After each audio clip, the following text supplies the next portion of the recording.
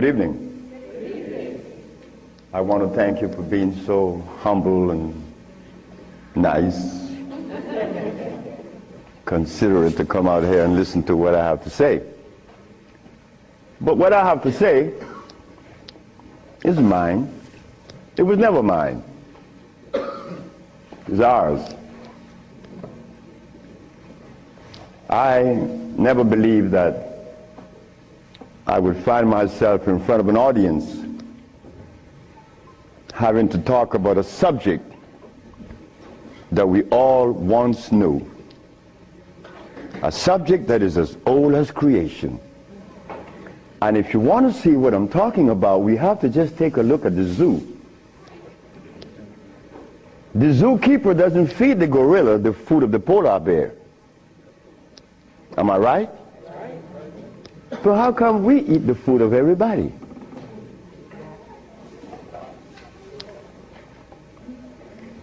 We'll begin this lecture by letting you know, first of all, I'm your brother. No more, no less than you. I can't be smarter than you. That's impossible. We have the same amount of brain cells. So how was I privileged to be navigated to this information? I don't know. I don't even question myself. I just like to live. As a little boy, I hated school. That is the truth. I didn't go to school. I didn't like school. I didn't like to comb my hair. I didn't like a whole lot of things. I didn't like money. I was 12 years of age. I was Seventh-day Adventist. Corby Brown. We left that afternoon from the church. It was the 13th Sabbath. I said, Kirby, how did you like the lecture? I didn't. I said, why you didn't, Kirby? Because they talk about Solomon. I want money. I said, Kirby, but when you have wisdom, you have everything. Well, I don't know what wisdom is now, nor then, but I knew that money was not my pursuit. Kirby said, I want money. We were 12 years of age, 1945. I'm 72 years of age now. In 1994,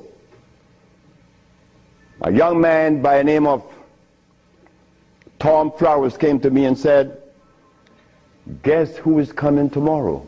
I said, who? Kirby Brown. I said, well, if I remember correctly, Kirby said when we were 12 that he wanted money. I hope he made millions of dollars. I don't have any millions. I don't even have $1,000. Which I don't. But that's okay. I live. I found that avenue, or it was shown to me how to live. Not to read books. Because everybody reads books. But yet, society is deteriorating more every day. Everybody reads books. The brother called the other day on the radio and said that he asked about corn, right? Corn? He read books. He said that the text, the Kemetic text showed him that corn is good. Well, he better examine his text because corn was made by man. But anyway, Kirby said he wanted money. That was a Thursday. Tom Flowers said, Kirby is coming tomorrow. So I said, well, if Kirby didn't make his millions, I'm going to remind him that we are alive. We are alive. Kirby didn't arrive. Kirby would never arrive. They had to take axe to chop the hotel door down. Kirby died of a heart attack. Kirby weighed 390 pounds. Kirby wanted money. He became a cab driver in New York. I didn't want any money. I didn't want it then nor now. Because it's not important in your life. It was never important in our lives. The Maya shows that. The Maya built pyramids. The Maya lived for millions of years in the jungles of Central America. No money. The Africans? How long did we live in Africa without money? Since creation. Now they tell us we need money to fight AIDS. Brothers and sisters, we are at a deficit, a tremendous deficit, a deficit that if we do not pay attention, I'm glad I did. I'm glad I did, because I remained that obedient boy that just lost his mama 4 days ago.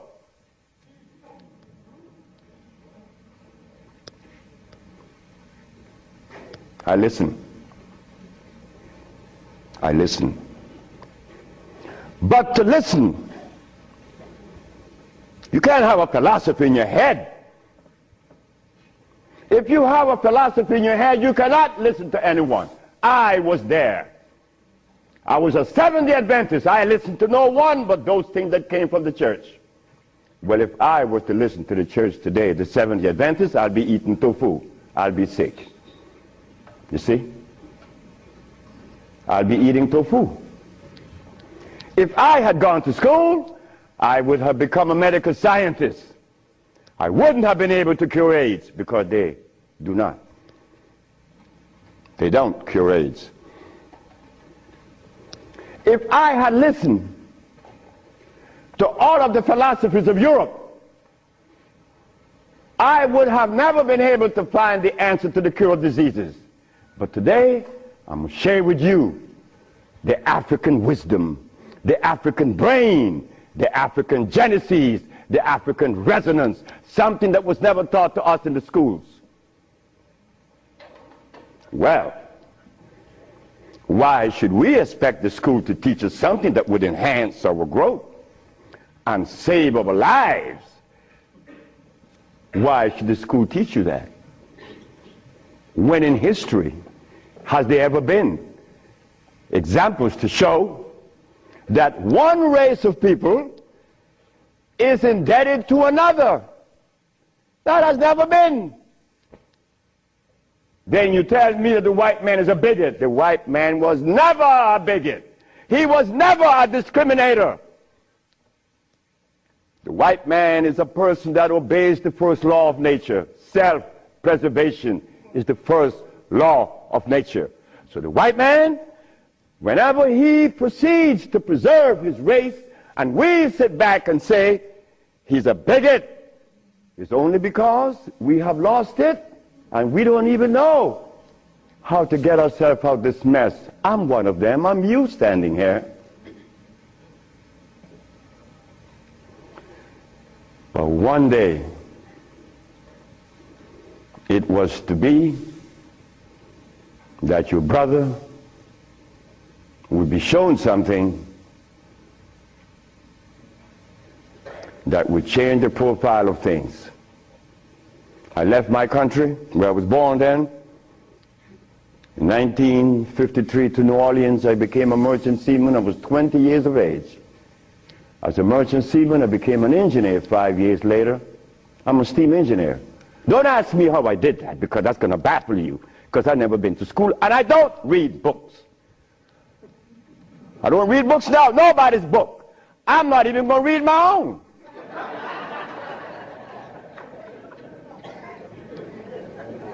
Because all the book readers come to me, asking me, how did you cure AIDS? But that's like asking the gorilla, hey man, how come you keep yourself healthy without a hospital?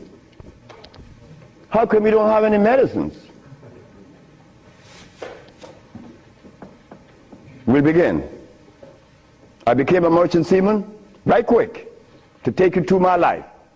Left Honduras without going to school, became a merchant seaman, became an engineer, worked for the County of Los Angeles as an engineer. While as an engineer, the County of Los Angeles, something is to happen. Something is to change my life completely. First, it was a Mexican. The Mexican said to me, "You're dying." I said, "I know." "How do you know?" "Because I fell out going to the bathroom on Sunday afternoon, and I didn't reach the bathroom. I got up off the floor. Something must have happened between there and the bathroom." But I had gone to the neurologist, the endocrinologist, the GER practitioner in Russia, in England, in Germany, in France, United States. And they were people that knows what it is about. They had the great big books on medical science. But my asthma and my diabetes, my impotence was kicking. What happened to the books? They read books. All the physicians that treated this boy read books of all kinds. Nothing happened. I goes to Mexico, and the Mexican have a goat in his house. Every 5 words it was bad, bad. And I'm looking around. The Mexican said, "The goat bothering you?" I said, "No." "You're dying because you are disobedient." Then he brought the Holy Bible. "Honor thy mother and thy father, that thy days may be long upon the land." That's in the Bible, isn't it? But how could we honor our mother and our fathers when we don't even know what they were about? You don't tell that to an elephant, to honor his mother, because when he's born, he follows his mother and watch what his mother eats. Do you and I know what our mothers ate in Africa? We don't know, yet we dialogue. We dialogue on this level of intelligence because I know Plato, I know Aristotle, I know all about Diogenes, but you don't know what your mama ate. So everything that you talk about means absolutely nothing. So you see where they have us at a deficit? That's why we need each other's. Now, when I became an engineer, the Mexican said, "Stop eating. Don't eat anything." For how long? 3 months. I said, "Are you crazy?" He said, "No, you nuts." You ask me if I'm crazy. You've been eating garbage for 30 years. You've been eating garbage. And I'm going to remove the garbage for 90 days, and you ask me if I'm crazy. What was I eating? Hog maws, chitlin, neck bones, crackling bread, Lawn in New Orleans.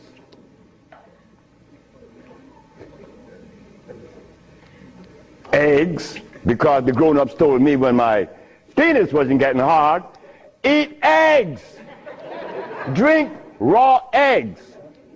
And I did, by the dozens. And nothing happened. The Mexican said, "Don't worry about it, don't eat." 90 days later, I was no longer impotent, no longer diabetic, no longer asthmatic, no longer with glasses on my eyes, and this stomach hair was 42.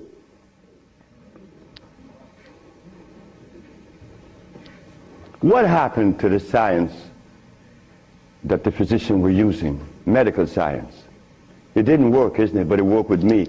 The herbs work with me. This Bible says,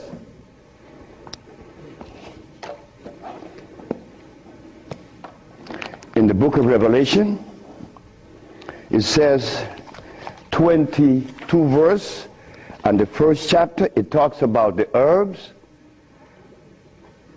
for medicine. Am I right? Well, ladies and gentlemen, what could have happened to us that when my brother, who was a preacher for 30 years, was sick, and instead of going to God's medicine, he went to the physician to get a chemical in his arm. My brother died 21 years ago. I'm not a preacher. I would never be a preacher. I told that to my mother. She wanted me to be the preacher. I said, no, no, no, no, no, no. That would be the last thing that I would consider. She said, "Why?"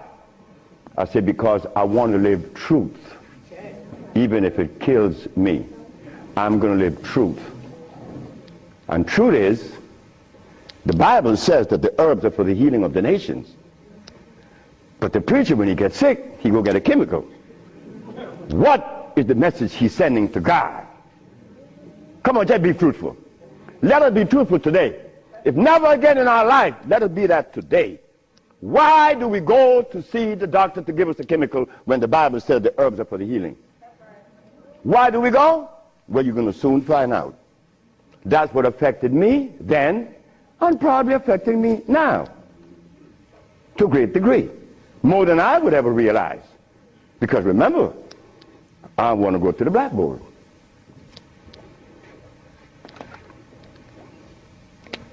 Roughly speaking, Africa. Way overhead, we put America.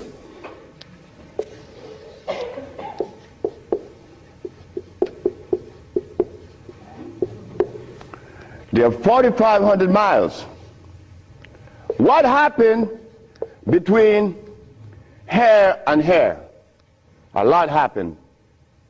You see, when we were here, without the mathematics, without the ABC, without the sciences, when we were here, we had something to our advantage that we no longer have here. We are blind here. Here we weren't. We were seeing. Why? Because God provided us with everything we needed here. And none of it was comfrey or rice and beans. There were no tofu. There were no soy there. There were no cows. And there were no hogs, no chicken. There were no flour. Those things didn't come from Africa. You see rice and beans and flour and cheese and meat and the starch that you eat, they all came from right here, from a laboratory.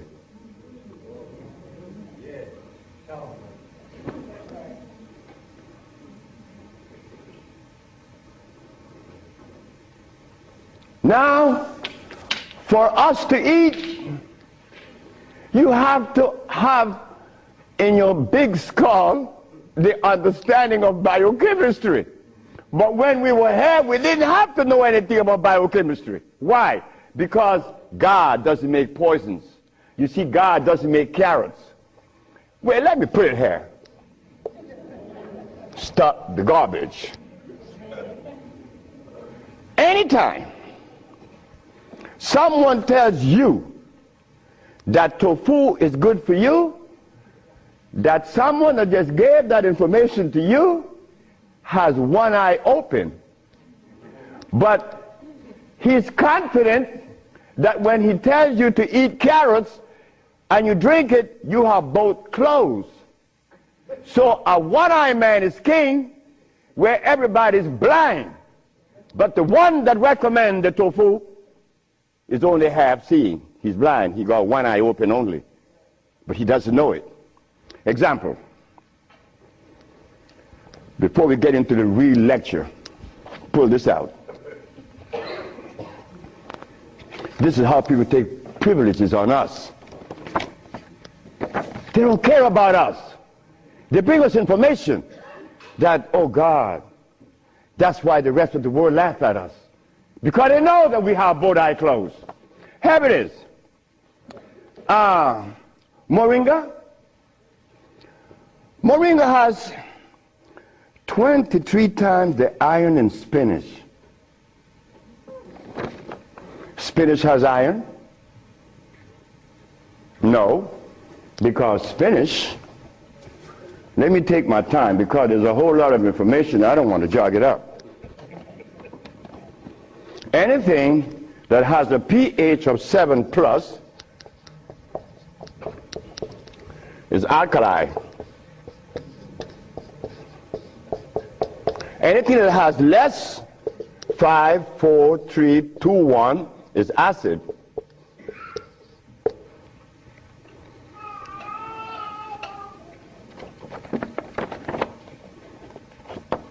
Spinach.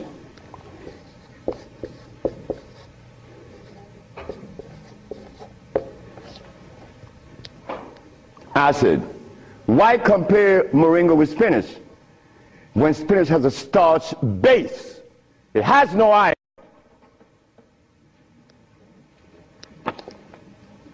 7 times the calcium in milk. Milk has calcium. Well, I stopped drinking milk 42 years ago, and I could fall on my knees. You drink milk with moringa, because they said to mix it with milk and some pages hair, you're not going to fall on your knees at 73. You're going to leave your knees down there. 11 times vitamin A that you find in carrots. Carrots has vitamin A. Carrots belongs on the acid side of life.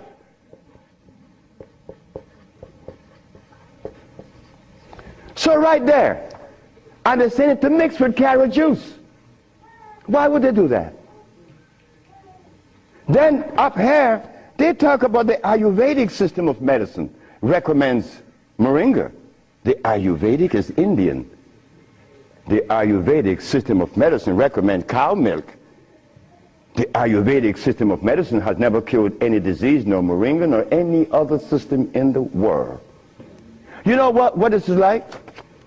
When Steven Seagal tells me to come to his house because he had a headache for 5 years. Well, I knew why the headache was in his head. It was removed in less than 10 minutes. He had the bottle and said, "This bottle is powerful." I said, "Yeah, powerful, huh?" He said, "Yeah, the headache is gone." You know, he's a Dalai Lama, right? He wanted me to go to Kathmandu. Kathmandu? I'm going to go to Kathmandu. To do what? Talk to lamas. Lamas for what? What am I going to talk to lamas for? They couldn't cure your headache that you had for 5 years. The lamas need to come and see me, not me, the lama. But since we were compromised, we left all our food in Africa. You and I don't even know what we ate in Africa. So don't even go there. But we have the opportunity because one of your brothers happened not to go to school and look outside of the paradigm of school and found something altogether different. And what did I find? That anything that God made is on the alkali side. Why? The molecular structure is complete. It was made by nature, not man. Anything that God made has no starch. That's another thing. Anything that nature makes has no starch. Anything that man made has to have starch, because starch is a binder. To titrate two unequal chemicals, you have to use a starch. Starch is not a food. Starch is a chemical.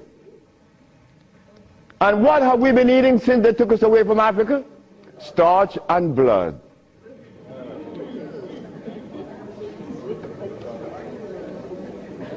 Starch and blood. We didn't eat blood in Africa. Gorilla doesn't eat blood. He eats leaves and berries. But gorillas are sane. They listen to each other, and they have a society well put together. Well, Sebi, when he became the engineer, and he found out that the pH value of things had a lot to do with healing and the properties that's to be used, I was happy. I used to run home. Guess what I found? I found that the herb that everybody's talking about is acid, and everybody's using it. What herb is that? Comfrey. She said, what? I said, yes, it's on the acid side.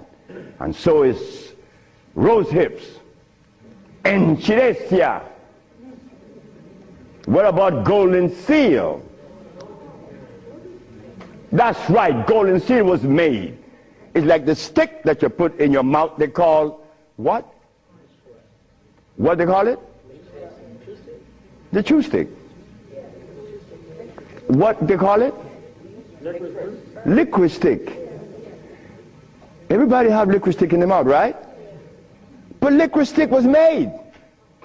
It has 50 times more sugar than does sugar itself. It has glycerinic acid. You see, we didn't have to study biochemistry in Africa because everything we had there was on the alkali side, so we could eat anything. But when they brought us here, you know, put some clothes on now. And after they put the clothes on you, come here, boy, you got to get in front of this classroom. You have to learn this ABC stuff.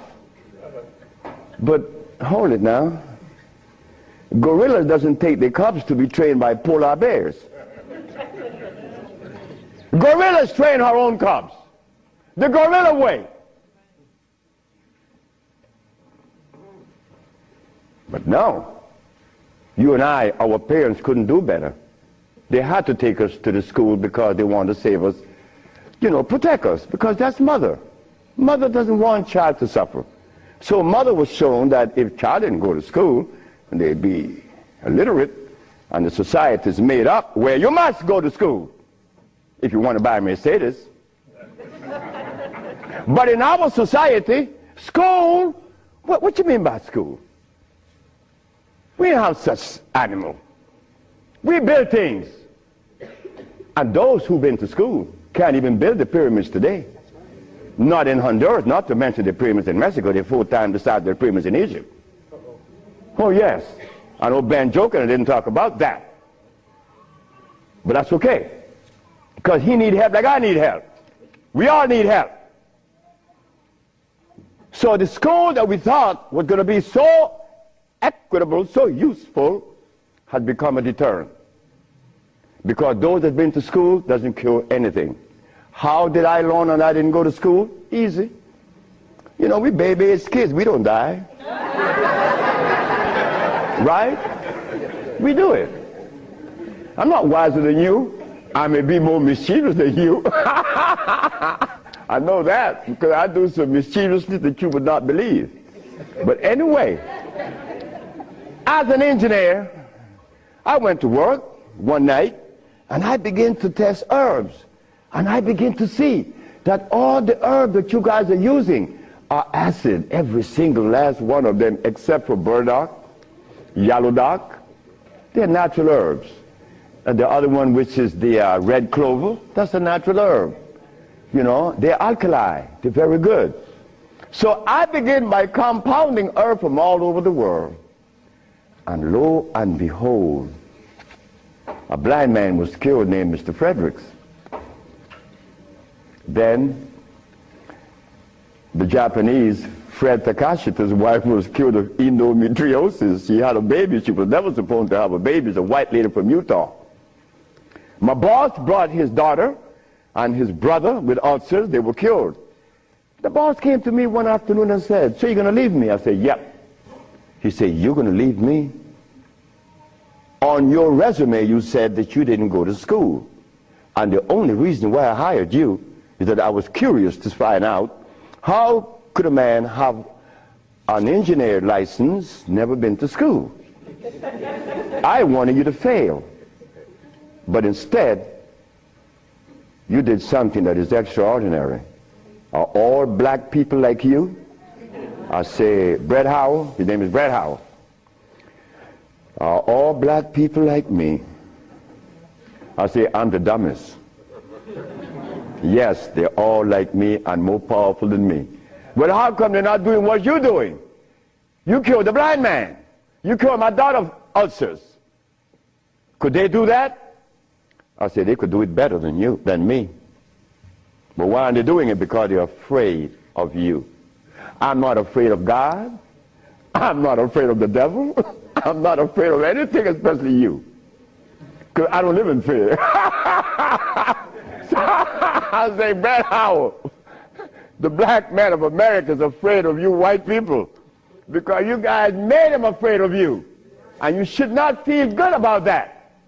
It's not about me hating white people, loving black or hating black. It's about understanding. Nobody's going to help us but us. Nobody in this world, whether white, black, Chinese, or Arab, could help us it's impossible for them to help us. Why? Because they don't know us. They don't have our genetic predisposition.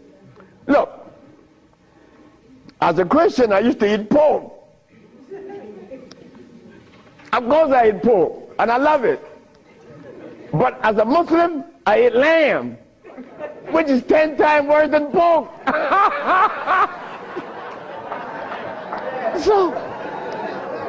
So what do I do? Who do I turn to? So after I quit my job, the boss said, wait just a minute, because I think you're crazy. You're leaving your job as a steam engineer in 1980, when herbs in 1980, I'm making $2,900 a month. I'm going to leave my job with 10 years seniority to come after some herb that you didn't like. Why did I do this? I had to do it. It wasn't that I could see that far. I can't see beyond my nose. Talk about years ahead. But I had to quit my job. And I had to question myself, why am I doing this? But I did. And 1980, the boss is looking at TV, 1987, on the 10th day of February, and he see CNN, Alfredo Bowman, a.k.a. Dr. Sebi, is arrested for practicing medicine without a license, selling product approved by the FDA, and claiming to cure AIDS and other diseases, which is a fraudulent claim. The boss saw that. The boss' wife is in the bathroom because he told me the story himself. He called her out, come and see the man that's arrested. If he says he cure AIDS, I know he cure AIDS, because Bret Howard knew that I would never compromise myself to a lie. When I talk, I know what I said is not true, but I also know that in America, you could also be dead right.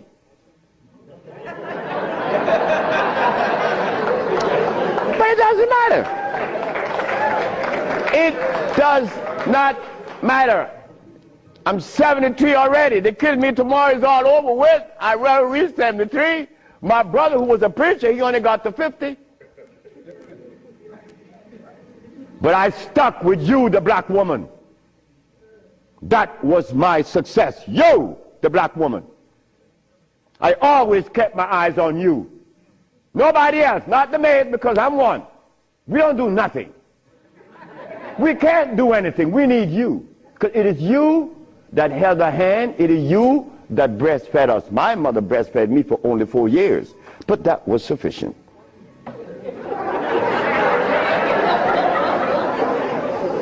In 1962, two statements was made in a barbershop. 1640 Claiborne Avenue, New Orleans, Louisiana. Timothy Barbershop. Tim Barbershop. Ernest Moriel walked in there when he was a lawyer. And every time Ernest came in the barbershop, we used to jump on Moriel. I mean, we used to kick him around the place. Moriel said, you see you niggas? One day, I'm going to become mayor. And I'm going to remember you, Alfredo. That's me. The big mouth. I'm going to have you in jail. Ernest became the mayor of New Orleans. I was in Los Angeles, and the most hurting thing in my life was when I heard that Moriel had passed with asthma, a disease that I used to suffer with, that I was cured of in Mexico, and that I have addressed so many times. Moriel died. Ernest Moriel. Then another statement was made by me in that same barbershop. I said that I would give the black woman a gift. Brother said, Logan said, sapphire? I said, yes, sapphire, your mama. I said, she was the first, you came out of her, she held your hand, she teach you everything about the basic things of life, and then she cut you loose. Now she worth nothing, she's sapphire. I'm going to give her a gift. 1962, that statement was made. But 1962, I was sick. I had asthma, I had diabetes, I was impotent, I had everything under the sun. But in 1964, I was cured, and years went by. Then I found out this is the gift to the black woman. The healing that I found is in your hands now, black woman. Yes, it's in your hands. So in 1987, I was arrested. And while I was in jail, I was the happiest man in the world. Because when I was 40 years of age, I was going to work, and I passed by Miss Louise Wright house on my right, and I made a statement: I'm going to help humanity. And here it is. 1987 is the showdown. I was arrested. All of the people in New York that were healers, I don't need to call their name. They say, yeah, they got the big mouth. They were angry with me because I put an ad in the Village Voice and the Amsterdam News and the New York Post. AIDS has been cured by the USHA Research Institute. And we specialize in cures for leukemia, sickle cell, impotence, blindness, cancer, and others. Well, after all, I did it. Shouldn't I advertise it? You should be glad your brother's doing that. Because now you have a chance to share in the bounty, right? That's the way I felt. So I'm in jail and I'm wondering, how is the American Medical Association going to escape from this one? You see, in the past, herbalists, when they talk, shh, gotta be quiet. Gotta talk under the table, because the physician may get you. The FDA gonna get you. But we seem to forget the one basic thing. When they remove us from Africa, did they bring our food with us? Did they? Well, how could the FDA have such kind of power over us now? Come on now, just wake up to it. So I stood in jail thinking, how am I going to do this one? This is going to be a heavy number, but it's nice because I wanted this moment. I wasn't going to back down. What you mean, back down? I'm representing some black woman. I never had a father. I never had a man in my confines to tell me something. No, I never had a stepdaddy. I had a woman. And then another woman, my grandmother. My great-great-grandmother lived to 124. Her name was Elizabeth. And she lived 70 years without a man. My great-grandmother lived 112. She lived 68 years without a man. My grandmother died at 100. And she lived 50 years without a man. My mother died 5 days ago. And she racked up 40. My mother died while I was coming to see you. I didn't turn back. You know why? The relationship with me and my mother was one of love. And she would have never wanted me to be there.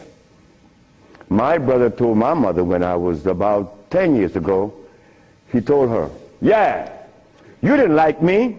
You didn't give me any love. You didn't give Fred any love either. That's me. So my mother said, what you say? You gave all your love to the pastor, not to Fred and me. My mother said, like, Fred, are you in on that? I said, ma'am, this boy was talking garbage. See, he told me he's serious. I'm never serious. I don't know what it is to be serious. I hear men talk about seriousness. Well, I don't know what you do with that. But my mama said, raise your hand up and open your fingers. Which finger would you elect to take off of your hand? I said, none. She said, thank you. My mother turned to my brother and said, you said that I didn't give Fred any love. Fred, you wanted my love? I said, nope. Didn't want it. I didn't need it. Because my mother knew if my mother ever interfered in my life, I would be upset. I was in the streets by the river all the time. My mother knows, all mother knows the child that needs her love, her attention. But she loves all. But she knows the one that needs the attention. I didn't want my mother attention. And she knew it. But my brother said that she didn't give him any. But the boy went to the 3rd grade. He owns a fishing fleet. He owns an ice factory. And he owns that she didn't give him any. But the boy went to the 3rd grade. He owns a fishing fleet. He owns an ice factory. And he owns a fleet of planes. And he said that his mother didn't give him love. You see how we could easily make mistakes? Okay. Mother is mother and will always be mothers. The greatest gender on the planet. So while I'm going to court now, and I'm standing, the judge said, get the man out of jail, and I went to his chambers. Judge Shorter said, young man, you mind if I ask you a question? I said, no, sir. Why did you advertise that you cure AIDS? Well, sir, my mother's alive, Africa exists, and my face, and I would never offend any of the three. That's why I advertise that I cure AIDS. He turned to the woman at the desk and said to her, ask her, did you investigate this man before you arrest him? She said, no. Her name was Phyllis Spade from the Attorney General office in New York. She said, no. You didn't investigate this man before you arrest him? This man, the response he gave me, he cured AIDS. But AIDS is the easiest thing to cure. People think that AIDS is difficult. To me, everything is easy, and to you it should be too. And I'm going to show you why it's so easy. So the judge said, well, you're out in bail. And that was February the 12th, I got out of the 13th. But the case doesn't begin until 88. September. I have a year and 8 months. Why the judge gave me so much time, I would never understand. So I waited. Trial date. This is where the showdown with black and white. Not better or worse. We are not better than any white man or Chinese, no. We just happen to be different. That difference has never been treated by any religion or philosophy. There is a difference that needs to be understood. So while I went into court, the judge said, well, Dr. Sebi, will you please begin? Where do I begin? Begin where you say you cure AIDS and the physicians say there's no cure. The physicians are 100% right. There is no cure for AIDS or any other disease. The judge said, just a minute. There's a contradiction here. The newspaper says that you cure AIDS. Then you agreeing with the physicians. That's a contradiction. No, it's not. When you're limited, it is. But when you live out the box, it isn't. She said, help me. She said, of course. The physician take the position that there is no cure for AIDS or any other disease, and the physicians are 100% right, according to their philosophy and their perspective. Their medicine didn't show them a cure. So how could they say that there is a cure? But the perspective that prepared me, there is cure for AIDS and every other disease. Oh my God, when I said that, the physician jumped up. Your Honor, Dr. Victor Herbert said, Your Honor, what other perspective could there be? After all, you know, this patent on us, the FDA has a patent on us. You cannot talk.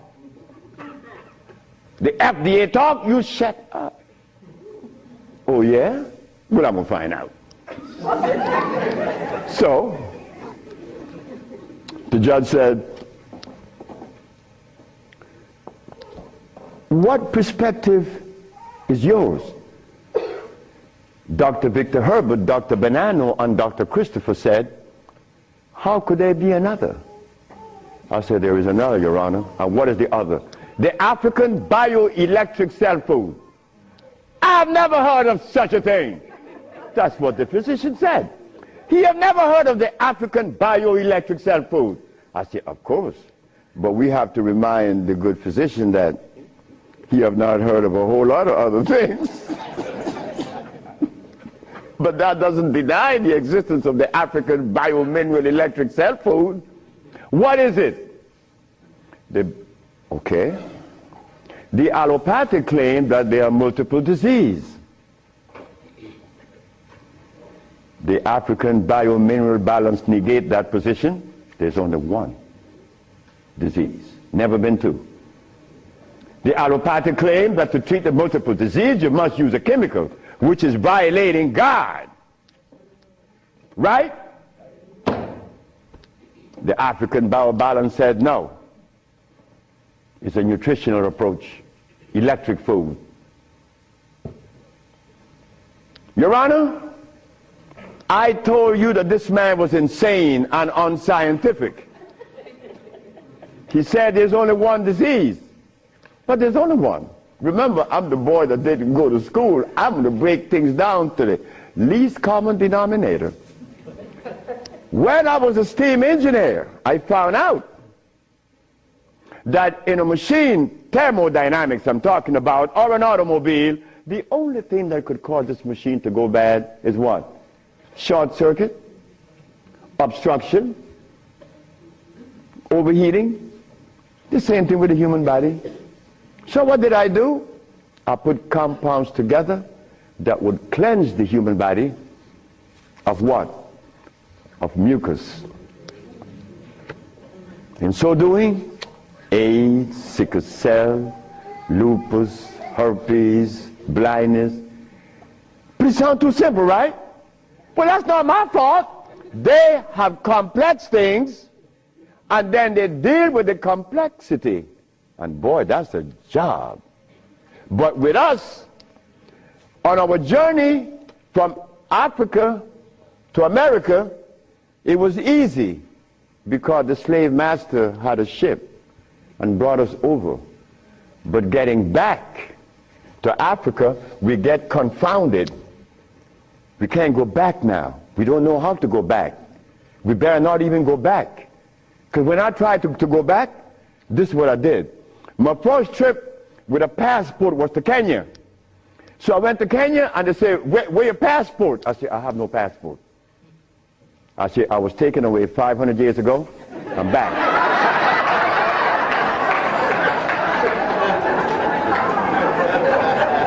When I left, I didn't have any passport. So why are you asking for a passport now? Is a passport African? Put him one side. They put me one side and sent me back out. But you think that was bad? That wasn't bad. Wait. May I have that? I go to Africa. I go with my wife and I said, well, boy, I'm happy. Girl, we're going to liberate Africa. We're going to do something for mother country. I go and I saw Dr. Parinyatwa in Zimbabwe. I said, Dr. Parinyatwa, I think your problems are over with. Not only Zimbabwe, all of Africa. Here is Hospital Vicente di Antoni, is an Italian hospital. Department of Blood and Laboratories. Oswald Zavala, HIV positive on the 25th of November of 1993. 17th of January of 1994, HIV negative. This boy named Alfredo Lagos, this from the Red Cross, the Honduran Red Cross. It says here that this boy, it doesn't show any date of which he contracted AIDS. Why? Because he was born with AIDS. But down here it says he's negative on the 19th day of January of 1995. Another one. This one caused a laboratory to call for me. I thought it was funny. This is the next one, the other one. His name is Alex Suarez. On the second day of January, this boy of August, he found himself with HIV positive. On the 19th day of August of the same year, 17 days later, the boy is no longer HIV positive. So they called me for what? I don't know. because I know they're not going to change it. Now, this one you're going to like. This one is from the San Diego Public Health Laboratories. It says here that this man has a HIV-1 RNA 26,205. The boy was supposed to be dead at 25, right? Just go to the other page. 6 months later, he's less than 400. He was killed at 15. So anybody want to read it? Because I could be lying, because that's the way we think. But here it is. No, that's possible. I could be lying. Here, young lady. So, curing AIDS, brother and sister, look, that's the easiest thing for niggas to do. We could do more than that. Curing AIDS, to them is big thing. To us, it's nothing. You understand? But now, here is where this little culprit comes in. Where did I put it? The blood. Nope, no good. Here it is.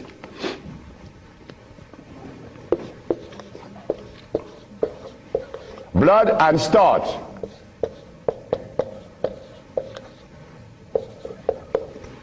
Blood and starch. Blood and starch is going to prevent you from doing what the ants does for each other.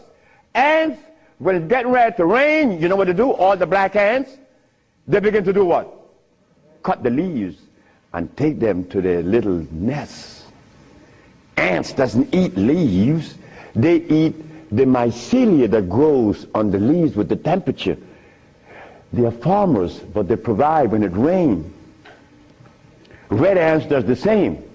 But we black people, we can't do that. Because when your brother showed the world that he cured AIDS, why didn't the African countries jump on it? All the African people eat is blood and starch, nothing else.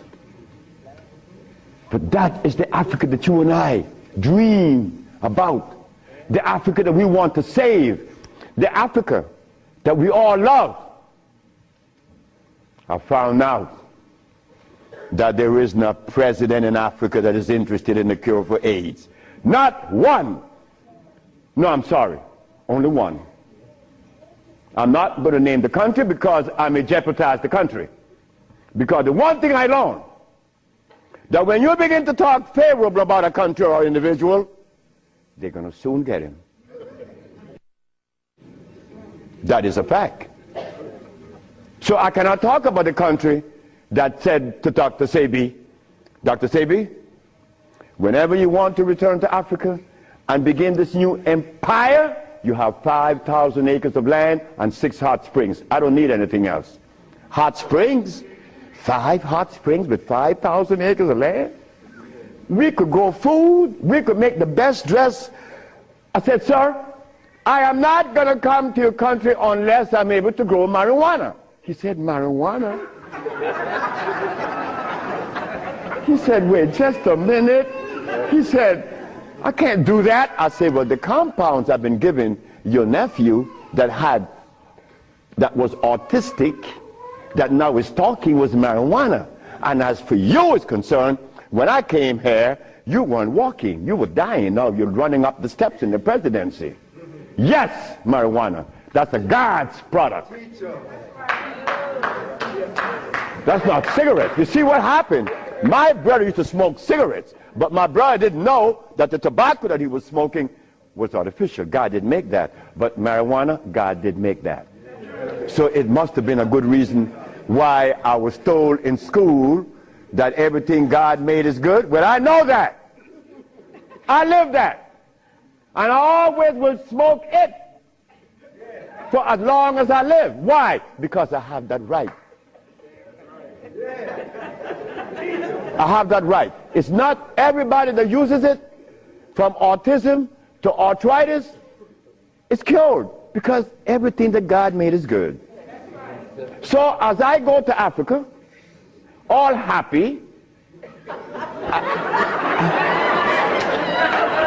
I came back with my tail between my legs, because ain't happening.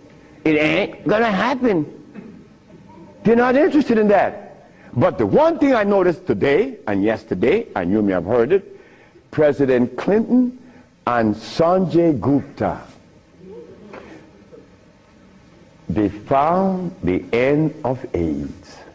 How could they find the end of AIDS when they have not found the end of diabetes, the end for sickle cell, the end for any disease?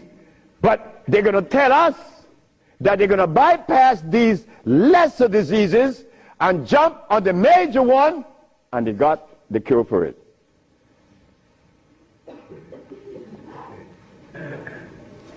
I got documents to substantiate that I cure AIDS, right? So what's up? Still. What's up? Well, I'm going to show you what's up. When I was in Zimbabwe, the Department of Health said, why do you come to us saying that you could help us? And your leaders in America didn't help you. My leaders in America? What do you mean by that? They mentioned Minister Farrakhan. I said, just a minute. I don't follow any man. I follow women. And I don't follow sick people. Because if I follow sick people, then I got to be sicker. I go to Brazil. They say, why don't you, if your leaders didn't help you, why should we? I say, my leaders, again, they brought these leaders in front of me.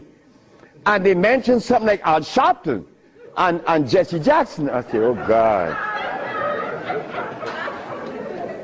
I say, why you all ask me about these people? I never knew of Jesse Jackson or Al Sharpton or Oprah Winfrey promoting something that is equitable and good for the black community. That's never been.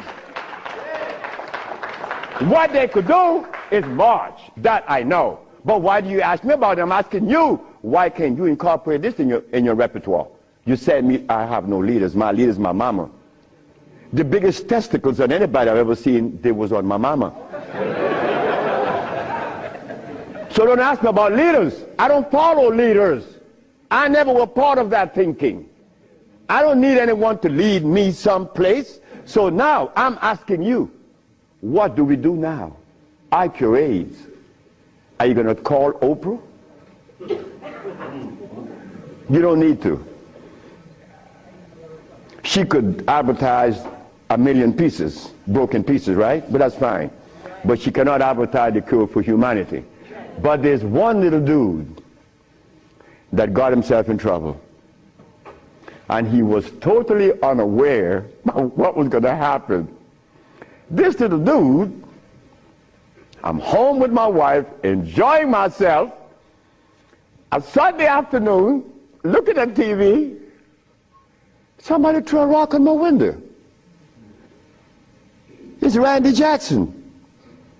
What was it you want? My brother want to see you. Your brother? Michael? Okay. I went. Well, he's sick as hell. Well, I treated him, and he got cured. He saw it, and he was encouraged to take me to the Rayburn building on Capitol Hill. Oh my God. This is going to really confound you. Michael Jackson took me to the Rayburn building on Capitol Hill on the 31st day of March? April. No, of March. March. It was March. 31st day of March of 2004. I said, why are you taking me there? Because you cure AIDS. I said, but what makes you think that they are interested in that? What makes you think that the world is interested? I don't care if it's any country in the world, they are not interested. Especially Africa. They were never interested. AIDS isn't killing Africa. Hepatitis C is killing Africa. All of West Africa is red line for hepatitis C. you talking about? But they're Muslims. So they have to eat the Muslim food, which is goats and lamb.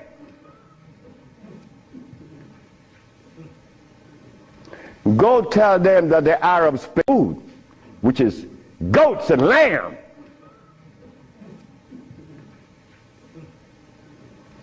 Go tell them that the Arabs played a trick on their brain.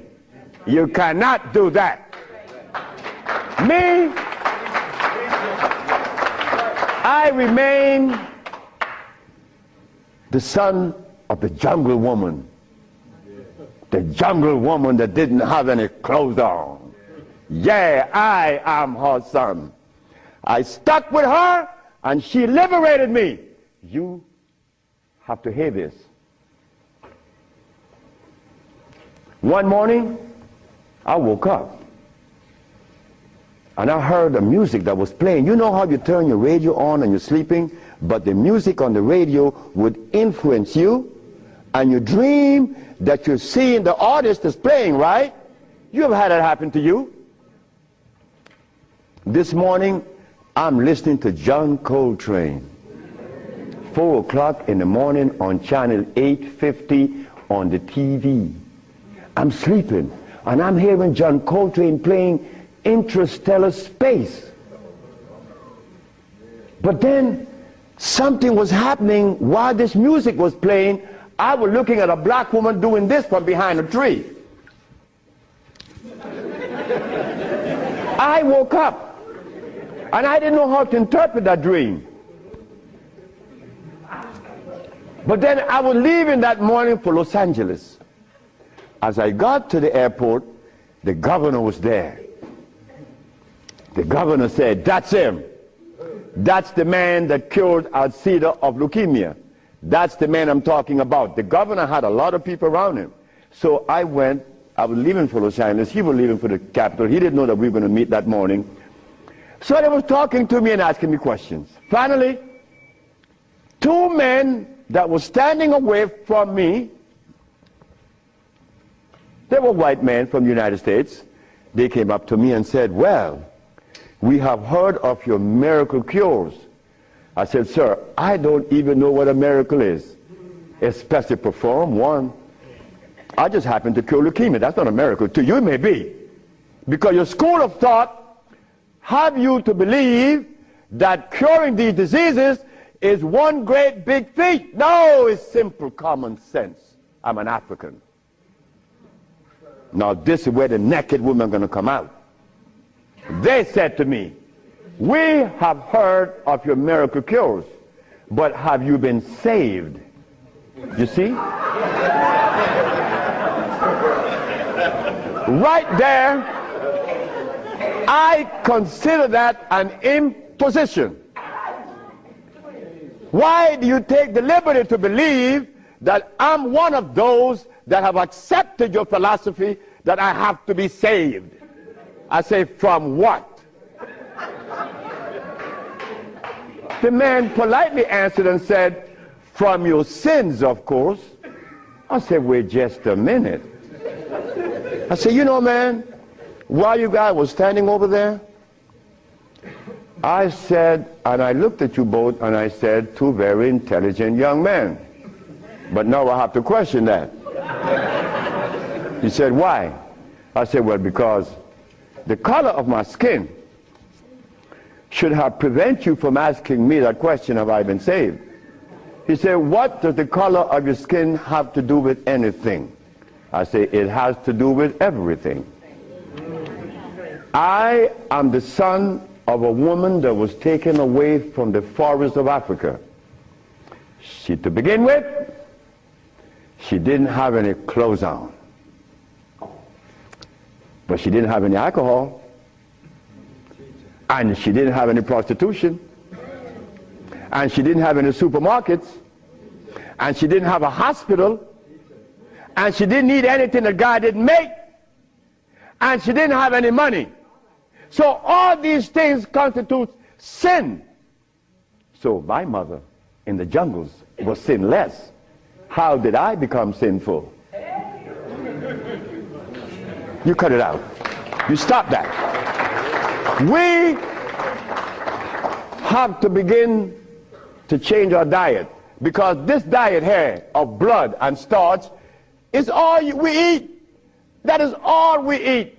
And then with this diet of blood and starch, which confounds their hormonal structure, we have the nerve to tell each other's brother, you were wrong. I'm wrong. I mean, where did you get that from? I'm wrong. You've been eating blood and starch, and you're going to tell me I'm wrong. No. We got to stop it. Because the blood and starch is why I couldn't penetrate Africa. So, you forgot, right? I'm in the Rayborn building. Who is present? Sheila Jackson Lee from Texas, right? John Conyers, Illinois. Or Detroit? Jesse Jackson Jr. from the House of Appropriation. Our most beloved President Bush. No, we have to give him credit. And no African government ever given me the privilege to practice herbology. Bush did. Bush appropriated $5 billion to fight AIDS in Africa, right? And the African government didn't appropriate one dime. They didn't want their brother to do it for free. So Bush stands out way above there. Bush gave $5 billion, and Jesse Jackson Jr. is there. So when I go to the podium and I say, fellas, y'all don't have to look for the cure of AIDS anymore. Here it is. Jesse Jackson Jr. did this.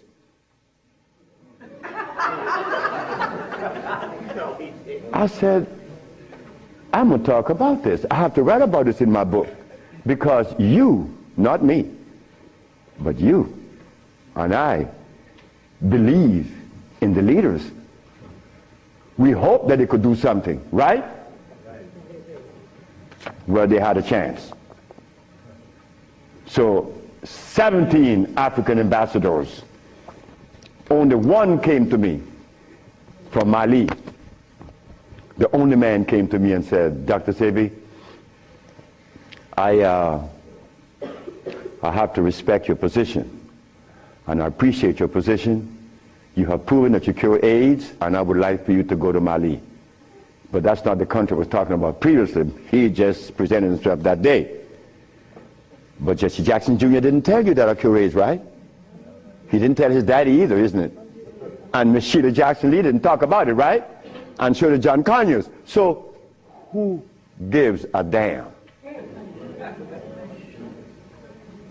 You see?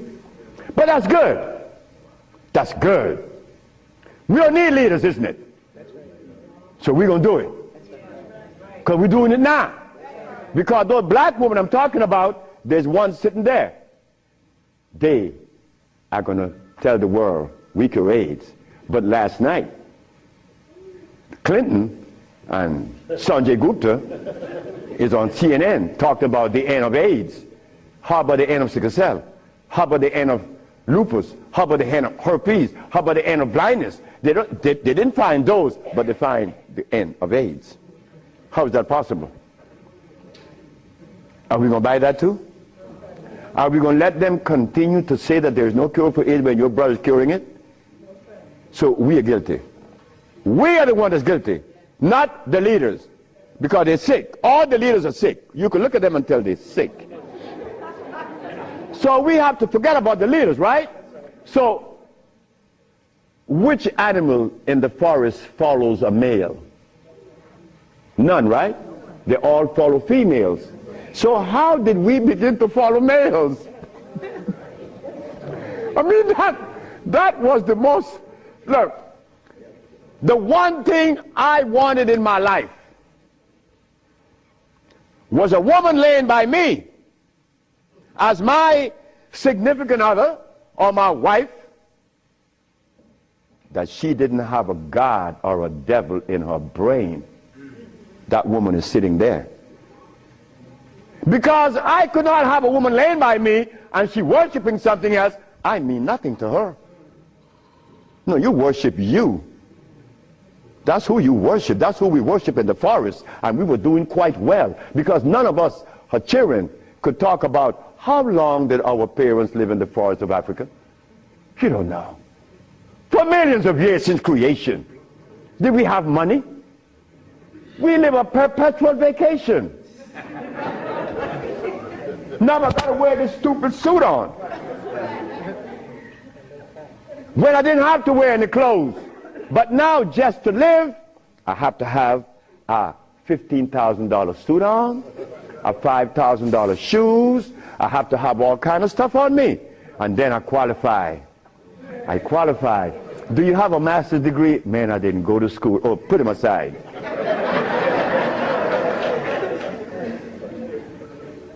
So in essence, there's no one on this planet that is interested in the cure for any disease. None of the leaders, none of those who are talking, they are not interested. It was simple.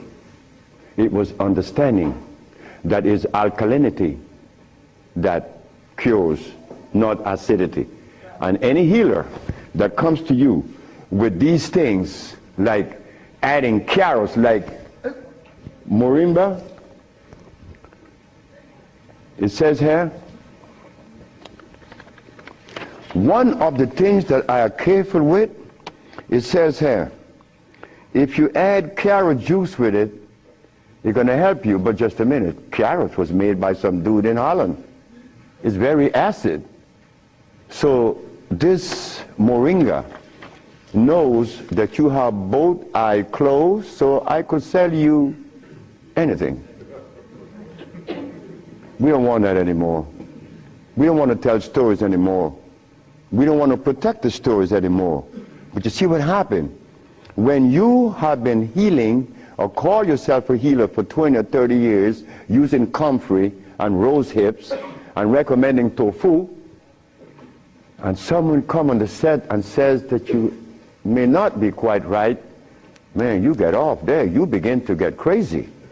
You begin to go crazy on that person because you have invested 30 years and people know you, and now you can't turn back and say, I was wrong. Well, I was wrong. And it was one little lady, 94 years of age, named Mrs. Holloman. I was along with the rest of the healers. I was reading these books by Jethro Kloss, Alma Hutchins, Indian Herbology of North America, Myers, Christopher, also this other named Shooks. And they all have calcium in it, so I had to believe that, right? And I went to Mrs. Holloman and said, Mrs. Holloman, you got to drink carrot juice. She said, sit down, boy. I think you're crazy. I think you're out of your mind. I'm 94 years of age. I don't wear glasses. I don't need you to come and tell me to drink carrot juice because I know that carrot is a poison. I was in Rattan, the island of Rattan, and a woman was listening to me talk, and she asked me, what is the best breakfast in the morning? I said, I don't know. She said, a glass of hot water. I know she was right. The sister was right. So in essence, all of the hoopla about AIDS was just noise. We've been curing AIDS since 1984. Why didn't you know about it? The media didn't let you hear it, right? Jesse Jackson Jr. didn't talk about it, right? Well, I think in the book I have to mention his name because this is what's happening. They're lying to us. And we have to stop it. We have the cure for every disease in the world. We, the black race, is responsible. Not the white, not the Chinese, not the Arab. The Arab need help. They need help now. All Arabs need help. Because there's no way in the world where you find the highest incidence of eye problem like Arabia. Because they eat lamb. But could you go and tell an Arab to stop eating his lamb? It's like going to tell someone that uses cocaine, stop. Then you're crazy. Like going to Africa and tell a Maasai, hey Maasai, You only live 47 years, man, and you're going to die because you're eating raw blood and starch. He's going to chop your head off. And he should. Then we go to Guinea, and my wife came to me running. She said, the young man in there with his wife, he's 19. And she's complaining he's impotent. At 19, she said, yes. My wife came with it. What happened? We asked the boy, what does he eat? He eats cassava. Cassava.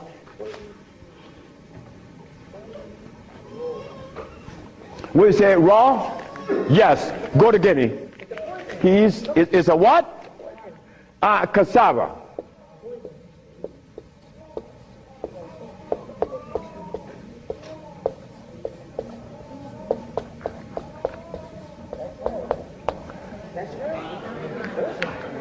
I want you to go to any African country and tell them, no, just ask them, please, why do you eat cassava? Oh, this is African. This is from history. Hey, African, I know you've been bamboozled too, because cassava is not a product of nature, nor of Africa. Cassava is a starch that needs the aid of a man to grow it. Cassava cannot grow by itself, and it has cyanide. But the cyanide has already affected the brain. He cannot think for himself. It's like talking to a Haitian or a Brazilian. In fact, the only country that I have ever visited that have people dark like me, but nobody in Brazil is black. Brazil.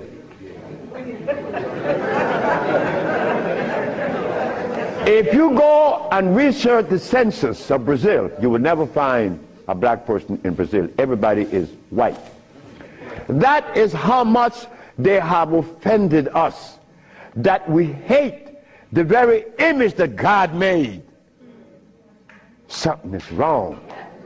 Something got to be wrong. Me,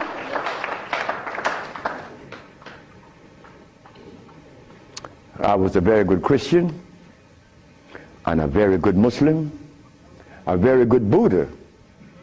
And I wanted to join the, well, I don't want to mention it, but anyway, I was a good everything. But what I found, that they were feeding me the wrong food, and I had to deny all of them because they feed us garbage. There isn't a religion in the world that have fed the black race in America or anywhere in the world the food that is consistent with their cellular predisposition. So if you, my religion, is feeding me the wrong food, then what is the message you are sending? It's like putting gasoline in a diesel car. You would not get to South Philly. No, you're not. It's not going to run right. But we eating starch and blood, and we want a dialogue. Dialogue based on what?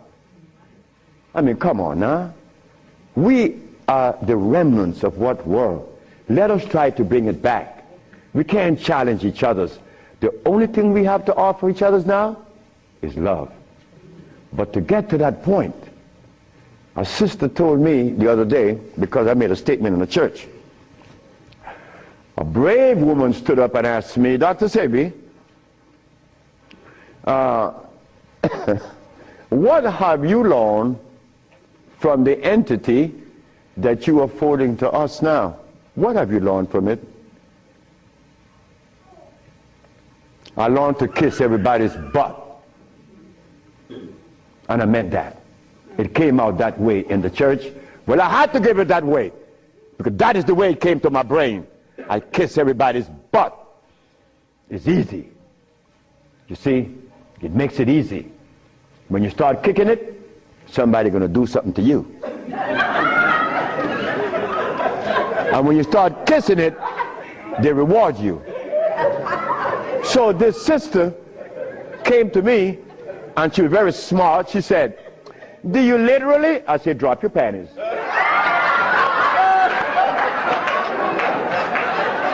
Well, I came out of a woman's vagina, I could kiss her rear end. That's easy, isn't it? Is it easy?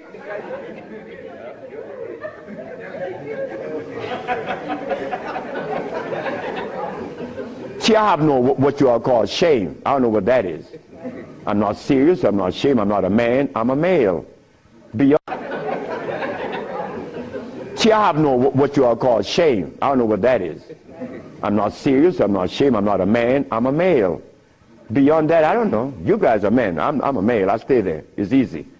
So brothers and sisters, look, the deal is this. We have the cure for AIDS.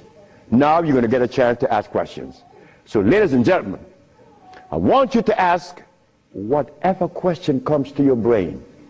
Feel free to ask. I mean, please, don't you hesitate. Don't you feel that you have to restrict yourself. I know Brother Adis is here. He may ask a few. I'm glad to see the brother. You know, Brother Adis is a brother I've been knowing for years. Stand up, brother. When I saw the brother the other day, I was very encouraged because the brother looks good. Yes, sir. I appreciate the brother. The brother looks good. The brother, I remember him on Sultan and Kwasi in New York. I would hope that Kwasi would come. And a bunch of other brothers. It was a bunch of us brothers. We were in love. New York was, look, we were in love. There was a love that we used to share that was so nice, so warm. But none of us, or all of us, understood that we couldn't follow anybody. Because if you start following one, you have to dislike the other group. But I'm a black man, I have to love everybody. I have to love Muslims, I have to love Buddhists, I have to love Christians. So if I have to love everybody, then I'm going to make it easy. I ain't joining nobody. Because I have to love everybody anyway. So it makes it easy. So now we go to the question. The sister and then you, another, yes. Good afternoon. Is it necessary to circumcise the male child? Again, sit down. The sister asked, is it necessary to circumcise the boy, the male child? Well, who started that? European. Who? My last little girl was born. I said, you're not, I told her mother, if this child is born and I'm not here, you will not cut the navel string. Okay? You understand? Listen to me now, Fanny. You will not cut this baby navel string. Okay. And I'm going to tell you how to do it. When the baby's born, you put the baby on your chest and let the baby suck your breast. The placenta is going to come right out. You put the placenta in a bowl and put some flowers on it. Keep the navel string attached to the baby until the placenta. 4 days later, it falls off the baby. You throw away everything. No cutting, no stress. No, it isn't necessary to circumcise, because I was never circumcised. It was you. Next. I've been treated by you before and was very successful with it. But I'm a backslider and I want to know, what is the cure for AIDS so I can get back on track? She said that I treated her before and that she was cured, but something happened. I don't know. She wanted to get back on track. And the next question about how do I cure AIDS? Well, I have a daughter now that's 21, and she's the key to beautiful things. She's the daughter of this woman. Her mother hated me, and with all rights. The woman was right. Oh God, she was right. I had 2 wives in the same house, and this woman is in love with me. Oh God, this nigga is crazy. He's a Solomon. Nigga, look, you are a jive, MF. Her mother cursed me out. She cursed me out, and I'm standing looking at Miss Margaret, and I could see the hurt in her eyes. Because this woman is in love with this man that already have 2 wives in the same house. Boy, what do I do? And I find myself in this triangle here and don't know how I got in it. But years went by. No, she got a baby, she got pregnant, they kick her out of the house. But that's okay. She had the baby little girl, Zave. Zave grew up. Zave was 19. She cured her mother, her grandmother, of diabetes. The little girl that this woman didn't want to come into the world grew up to cure her of diabetes. Last month I got a notice from the mother that Zave just cured a woman in New York of AIDS. How do we cure AIDS?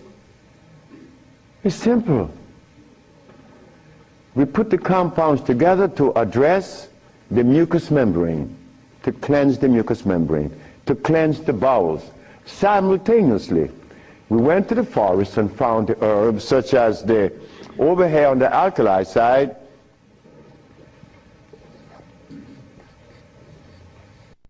sarsaparilla is an herb that has the highest concentrate of iron. Fluorine, iron. Guaco, that is a plant that has, I thought I had a stick with me because I'm always chewing on it. This is guaco. Guaco is a plant that would definitely strengthen the immune system because it is iron again. But it has potassium iodide, no, potassium phosphate, not iodide. Iodide comes from the ocean. Kankansa, that's an African plant. Kankansa is an African plant. This plant has one of the highest concentrate of what? Potassium phosphate. Those are just few of the plants. We use about 40 some odd plants to cleanse the body, strengthen the immune system, and electrify the system, because you want to electrify the body. That's how simple we cure AIDS. We cure AIDS. We don't treat AIDS. This thing here says that Moringa said, and they keep repeating it, that they uses it with the belief that it's going to cure. They think, oh no, we got to stop talking like that. We cure. That's how we got to start talking. If you don't cure, get out of the way. Because you're lying to people. Next question. The brother. Peace and blessing. I'm really enjoying your lecture, and my question is, when you see a client, what's your thought process? When I see a client, my thought process, I already know what the brother needs. Like the Mexican knew what I needed. The Mexican said, you're dying because you have disobeyed. Without, unconsciously you disobeyed. So when a brother comes to me, I already know what the brother needs. I don't need to go into a whole bunch of scientific jargons and intimidating the brother by putting light in his eyes, iridology. I don't do that. I don't do anything. I just give you what I know you need. People come to me for compound from Japan. She killed a woman in Japan named Kaoto Kita in Kobe. She never seen a woman. She was in hospice already. With cancer what? The lungs. There you go. Cancer of the lungs in hospice. She never seen a woman. In a month time, she's vacationing in Hawaii. Okay, there you got it. Yes. Harder than you. Yes, the sister.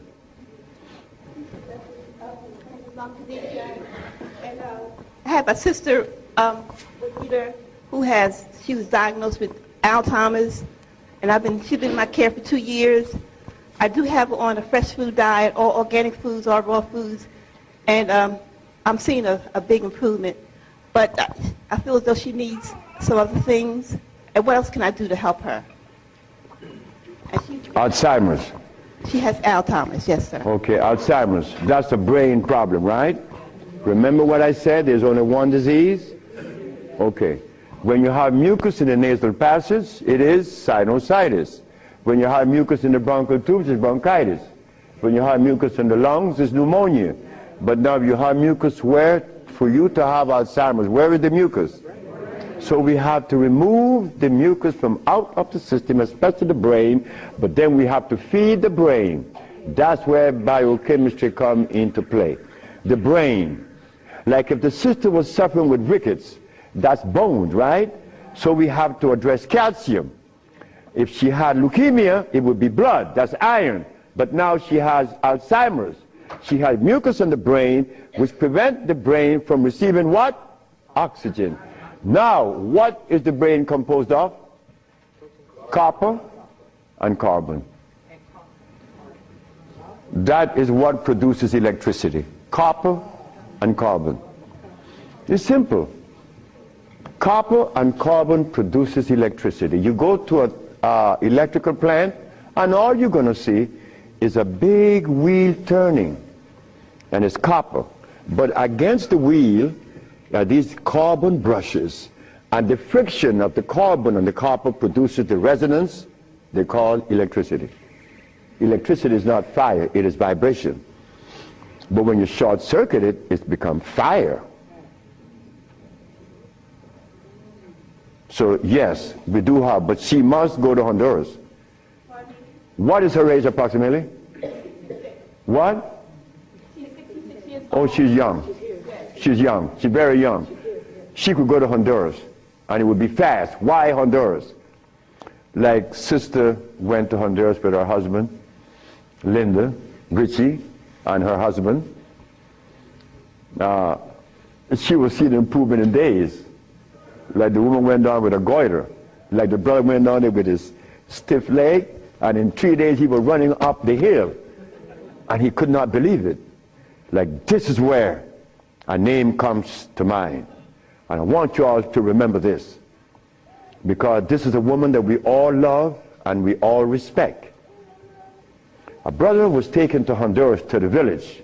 You see, the thermal waters in the village has a pH of 8.9. One of the highest attainable pH in waters is found in Honduras and in Africa. Thermal waters, that is. The little boy named Shelby, he has AIDS. He has Kaposi sarcoma. All the black spots on his body. The boy went to the thermal bath 1 day, 2 days, 3 days, 4 days. The boy came out of the bathroom screaming. The black spots were gone. His mother and my wife Ma'a were very close friends. Ma'a told Malakia, take Shelby to Honduras.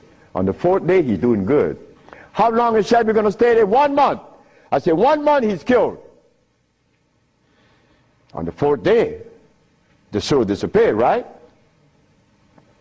On the 10th day, he tell his mama, I want my passport. She said, for what? I want to go back to Los Angeles. Dr. Sebi says that you have to stay here a month. He said, bitch, did you hear me? That is what we, mothers and fathers, get from our children today because of those hamburgers. It wasn't Shelby's fault. It wasn't that child's fault. That child went back to Los Angeles and began to use crack and died about 2 months later. But Malakia is telling the sister that you all know very well about the incident. Present was Oprah Winfrey, and she said, she was telling the story to her aunt, which is Maya Angelou. Well, I'm nobody.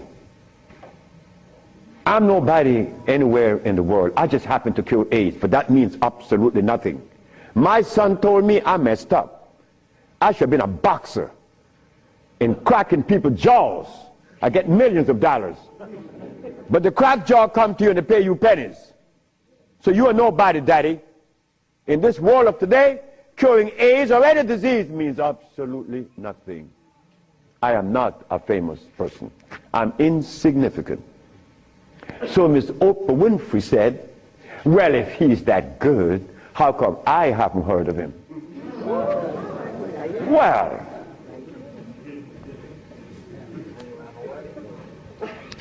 I'm not famous. Oprah Oprah. It's white. Oh.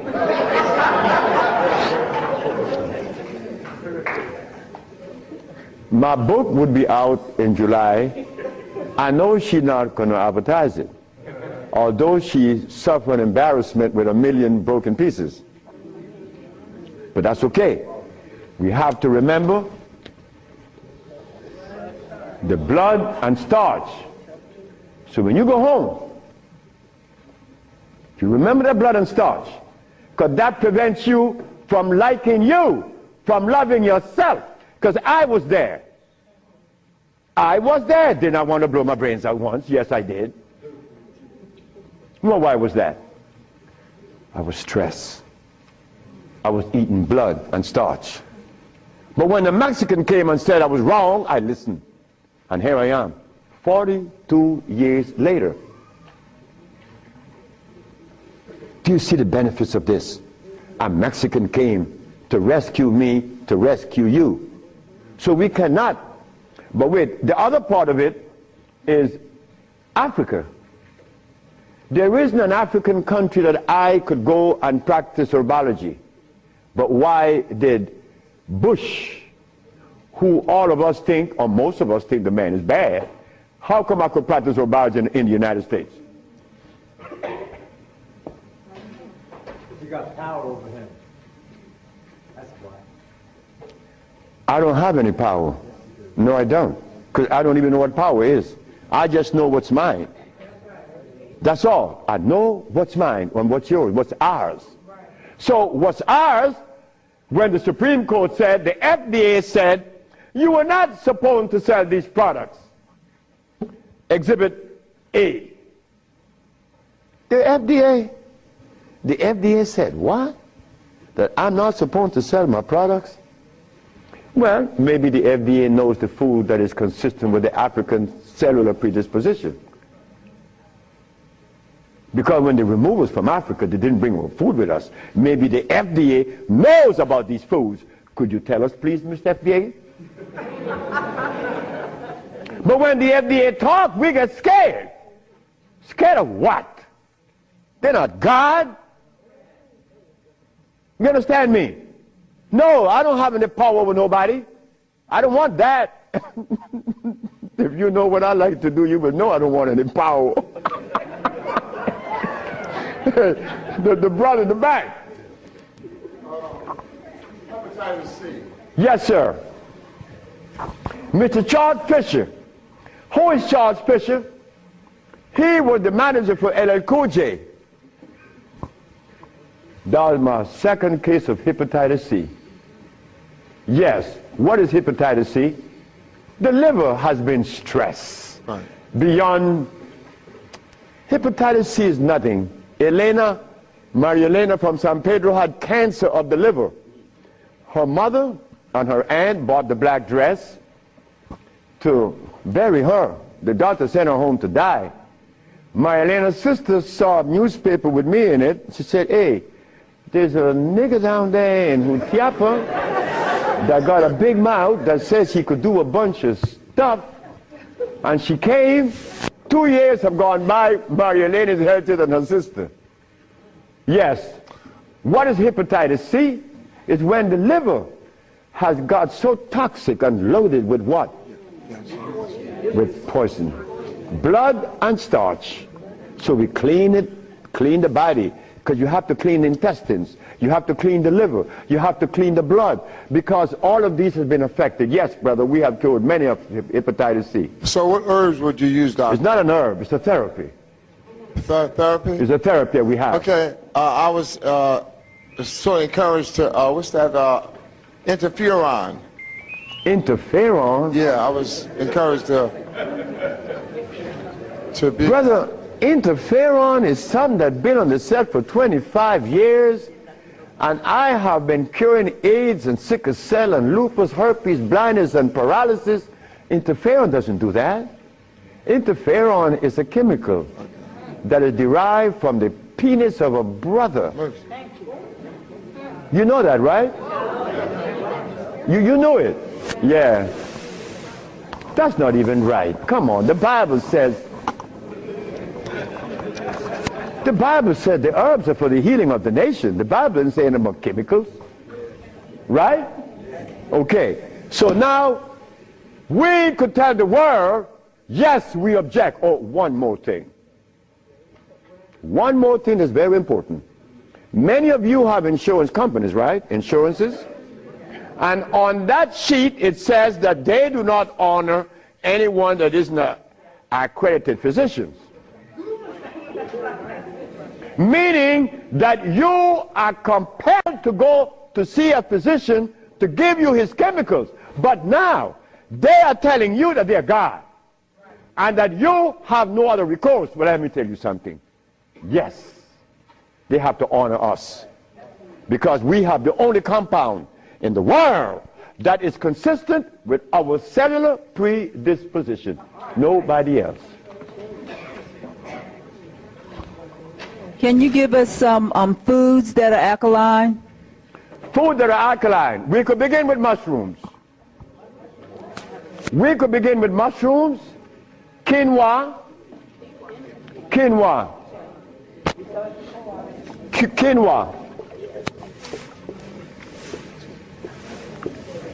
amaranth,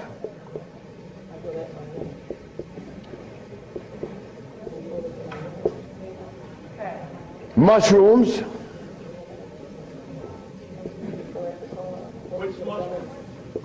portobello, crimini, also oyster mushrooms.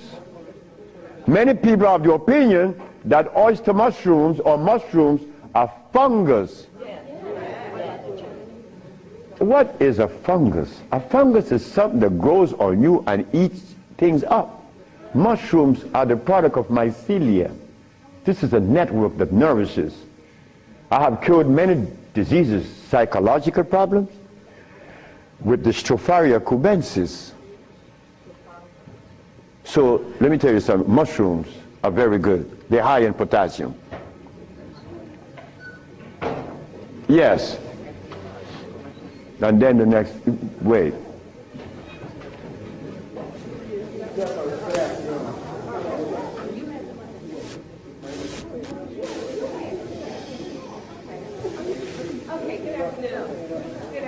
Good afternoon, ma'am. I know the blood and the starches, two of the things you said that we should get rid of. I'm working really hard. I've gotten rid of the blood. I'm having a hard time with the starch. I just needed an idea of some things too. To substitute. Yeah, substitute. Well, and one more question, water. I do the distilled, but I hear a lot about, you know, drink spring, drink distilled, which I do the distill a lot. Okay. About the starches, you could eat quinoa or amaranth. And also spelt. You could buy the spelt pasta. Spelt. You could buy spelt. I eat a lot of spelt. And you know something? I learned something lately, like I'm learning something every day. Because I don't know everything. I don't want to know everything. And it's impossible for me to know everything. But I learned this. That when you combine spelt flour, quinoa, and amaranth together, just the pure powder, the flour, and you want to bake something, if you just add the almond milk and the sea salt and the other ingredients, such as you could add a little bit of what? Agave is good. That's very good. But now, if you want this flour to rise up and be fluffy, who said sea moss? You did. You cook the sea moss to a jelly. And you take about 2 tablespoons and you put that cooked sea moss in the batter along with the almond milk and the rest of the ingredient, and that stuff becomes fluffy. I said, this is a natural yeast. And someone hit me to that, which was Gary, right? Gary Ricketts worked with me for many years, and he still works with me. And he put that together. He made a waffle. Oh my God! I used to go to Gary's house in the morning just to eat his waffle. But his waffle was sweet because he used to put the maple syrup in it in the batter, and then he make the waffle. You didn't have to put any maple syrup on it after that. It was delicious. And in the morning, okay, just let me go quick through all.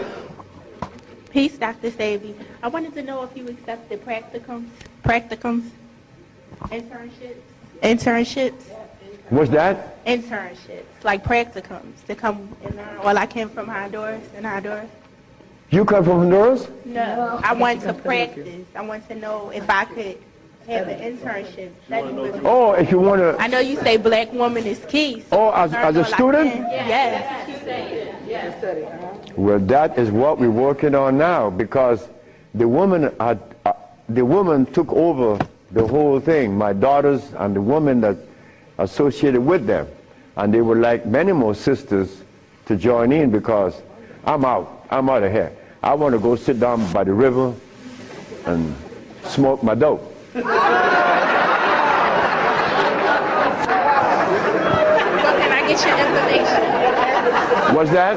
Can I get your information? So wait, the sisters, give her your number, because she's the one that's in charge of that, and I'm quite sure that she's going to consider you. Okay. Wait, the brother is deciding. Hi. Thank you for coming. Yes. My name is Justine, and what I want to know is, how do you get rid of fear? How to get rid of fear? Yes, fear. Ha ha! There ain't a nigga in the world as scared as me. And you want me to tell you how to get rid of fear. Well, you know something about fear? Fear.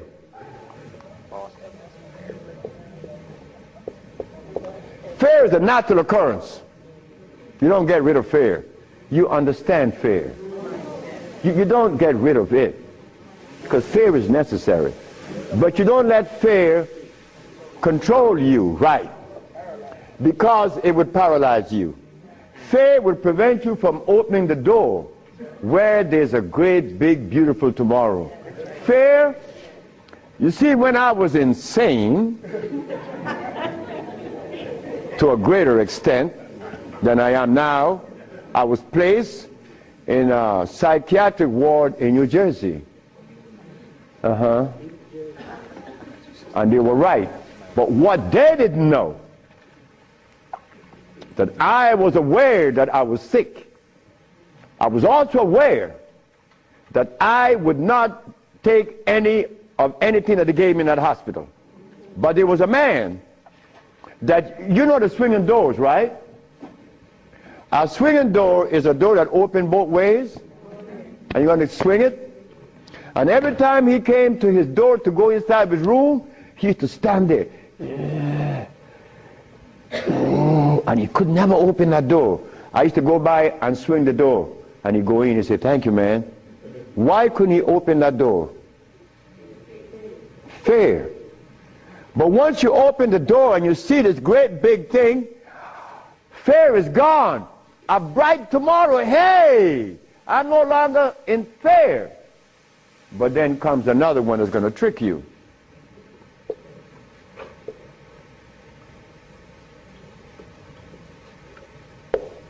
What that surety? Is E? All right. Surety. Surety make you do this. Yeah, I'm bad now, but there could be a quicksand there, and you're gone. So you learn that when you conquer fear, then you walk, but you test carefully. And if you conquer surety, then you go into the other one. And this one I'm going to really trick you. Power. Power gives you a freedom to execute, but not to violate. Because if you violate, even though you're in power, they will kill you. They did that to Nicolae Ceausescu, right? In Czechoslovakia. Because Nicolae Ceausescu wanted everyone to stop eating meat. Because he knew. But you don't change people overnight. They killed the man. Because he imposed some other laws on them that were cruel. He used to kill them too. So power has to be understood, not to be misused. Then if you survive power, then you get the last one that's going to get you.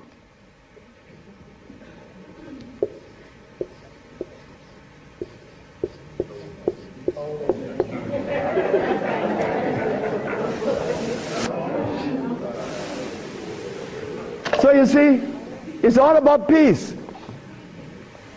I'm happy that I'm 73 years of age and that I'm happy, but I have to thank the Mexican. But when I go around my brother's 73, are you all right? I say, Marcel, that's the only one alive now. My age. I say, you asking me if I'm all right? No, man, I'm not all right. He's coughing. He got these back pains and stuff. And I say, you could do better than that, because you're only 72. I'm a year older than him. But he can't see beyond where he's at. And I shouldn't expect for him to make such a leap, because I didn't do it that way either. Because even after the Mexican had stopped me from eating the stuff, I went back cheating with some chicken. And one day I went by Brother Bill's Tennis, the Golden Bird. You all know the Golden Bird in LA, right? You remember that? And I bought some Golden Bird chicken. I ran home, and I look out the window, nobody's coming. and take it outside and spray the house, because they had these 4 black women. They were nosy. These black women were nosy. They always go up. What you have? You open the refrigerator, looking all around. They must have seen something in me. But these 4 black women were the one that stopped me from lying. Stop eating that chicken, the last thing. But here I am. And I'm happy to say that here I am. Because I want all my brothers to say, here I am, at 80 or 90. Because the man that healed me was 94, and he had 2 wives in Mexico. He was healthy, wore no glasses, and he was always laughing. He said, look, before you leave, remember this. Never you socialize with people that are serious. Serious people are sick. Because there's no reason to be serious. Because I cure AIDS and diabetes, I've proven that. And I'm not serious. I'm your brother. I want to play with you. I play with my wife all the time. I don't have no time to this other stuff. If this other stuff comes in, then something is wrong. Next question. Hi, Dr. Sebi. My question is, as a woman, how do you cure high blood pressure and rapid hair loss? High blood pressure and what? Rapid hair loss. Rapid hair loss? Hair. Or hair? Hair loss. High blood pressure. High blood pressure is easy. Just stop eating. Where we have the product to remove the pressure immediately. People go down to Honduras, and in less than 3 days, the pressure's down. The man just came from Caymans. That's right, Caymans. Grand Caymans. He came down with high blood pressure, diabetes, and impotent. A young brother, 52. 3 days later, man, my pressure is down. Dr. Sebi, my pressure is down. I see, yes, I know that. What's the problem there? Why are you so amazed? 5 days later, my sugar is gone. I don't have no more sugar. And then, on the 10th day, he come with his girlfriend telling me. I like to see that. Because I was impotent. And this old folks in Honduras was telling me to drink eggs and wine and meat, cheese, butter. And the Mexicans say, you're crazy. Stop eating, and you can get all the sex you want. Stop eating, and it happened. So brothers, if you're in trouble, stop eating. And there's a product outside, they call it Viento. Brother, I don't care how much in deficit you are, you will be out in less than 24 hours. I know. I have to be abreast with that because my wife is 20 years younger than me. I can't allow this woman to get ahead of me. You understand? And she looks good and she's youthful.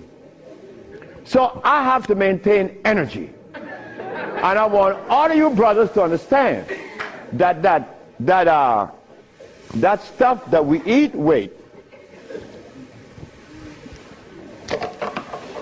Just draw this for you, that we will see what it is I'm talking about. Because this is important.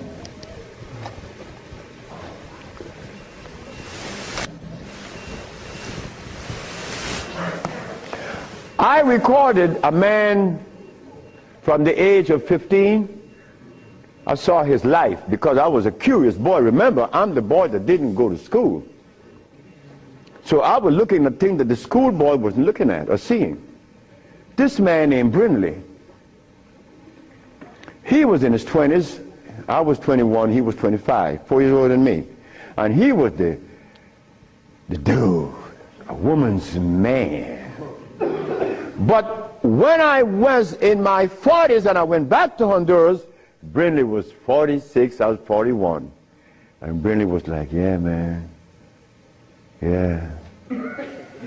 Yeah. His wife gone. She's a seamstress. She's gone a long time. But when he was young, he had every woman in the world. I said, Brindley, what happened? Man, you know, I'm old now. I said, hey, nigga, you're 46. I'm 41. There again, what is old? What is old? Old is when you get to my age. 73, nigga, you old. Sure, I'm old. If I had a big belly on me, and I wore these glasses, and I was hooked up to a machine, and no woman want an old sick man beside her. So brothers, look, stop eating blood. Because when you get to my age, you want to be healthy. You want to be playing with her, right? Sure you do. Why not? She's your companion. You want to play and laugh with this woman. Brindley couldn't. Why? You see, this stuff right here.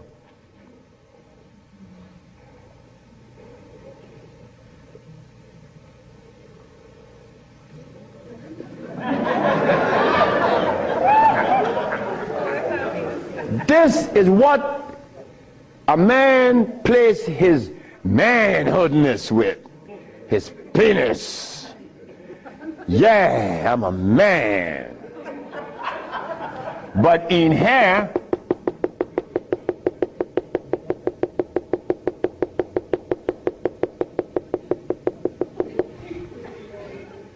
to keep this penis erected, these little orifices, they call veins and the rest, has to be opened for the blood to flow, or else